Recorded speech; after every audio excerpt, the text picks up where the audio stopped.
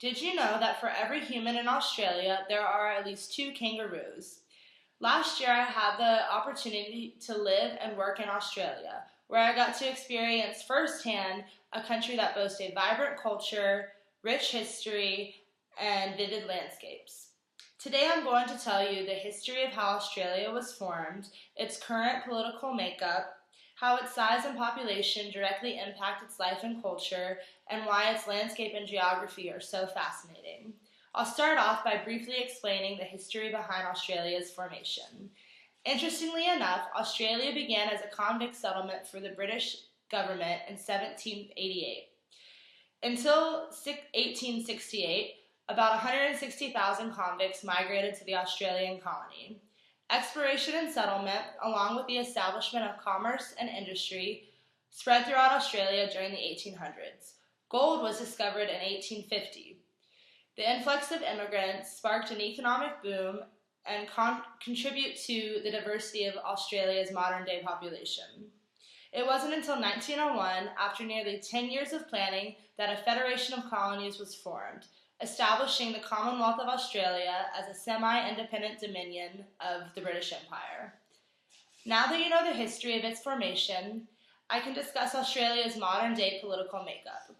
Australia is made up of 6 states: Queensland, New South Wales, Victoria, Western Australia, Tasmania, and South Australia, as well as 2 territories, the Australian Capital Territory and the Northern Territory.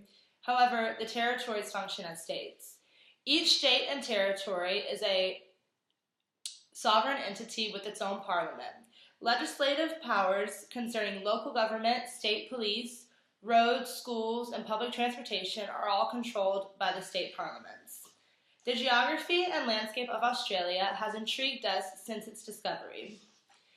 In an introduction to a 2015 Australian travel guide, roughguides.com states that every aspect of Australian life and culture, whether its matey attitudes or its truly great outdoors, is a product of its scale and population. The land masses of Australia and America are nearly identical. The U.S. population is 320 million, while the Australian population is only 24 million. These figures were obtained from the Australian Bureau of Statistics and paint a clear picture as to why Australia boasts one of the lowest population densities on Earth. About 70% of Australia is considered to be part of the outback, home to exceedingly dry deserts, vibrant red clay, and unusual wildlife. Less than 3% of Australians actually live in these areas. Most of the population lives within 20 kilometers of the ocean. Coastal cities experience sunny temperatures, exude vibrant, easygoing vibes with an ever-present beach culture.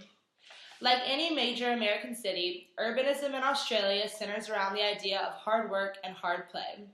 It wouldn't be a complete discussion about Australia without mentioning all of the deadly animals it's home to. Australia is infamous for its plethora of snakes, spiders, and sharks, but these animals are shockingly not how Australia got its reputation. Stinging stonefish are found on Australia's reefs. One sting causes enough pain to send someone into shock and can be fatal. The mollusk of a southern blue-lined octopus hosts one of the most toxic venoms on Earth. In a March 2013 online article entitled Australia's Dangerous Animals, the Top 30, Australian Geographic ranks the box jellyfish with the highest danger rating of a 10 out of 10. The box jellyfish is invisible in water because of its light pale blue color, and mysteriously killed swimmers for years. The real question is whether life on Australia's world-famous breathtaking beaches is worth the risk of a possible encounter with one of these animals. I really enjoyed discussing a quick glimpse of Australia's history, politics, geography, landscapes, and bizarre wildlife. From its start as a convict settlement to its deadly animals, iconic scenery, and a life and culture that has a direct impact of its scale and population, it's no wonder that Australia has long been a place of intrigue and fascination. According to Australia.gov, there are more than 10,685 beaches in Australia. You can visit a different beach every day for nearly 30 years. There isn't another place in the world that offers something like this. Bring on the deadly animals.